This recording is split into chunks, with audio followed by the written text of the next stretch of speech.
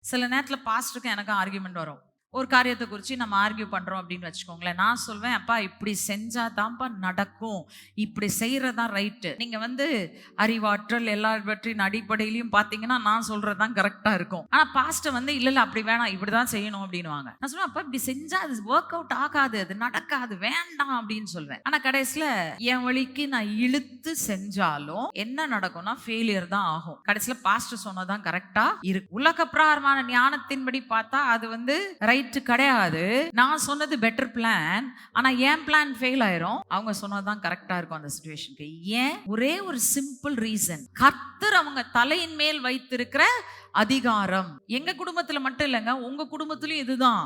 ஒவ்வொரு கணவன் மீதும் தேவன் தன்னுடைய அதிகாரத்தை வைத்திருக்கிறார். அந்த அதிகாரத்தின் கீழ்தான் மனைவி ஆகிய நாம் செயல்படுகிறோம்.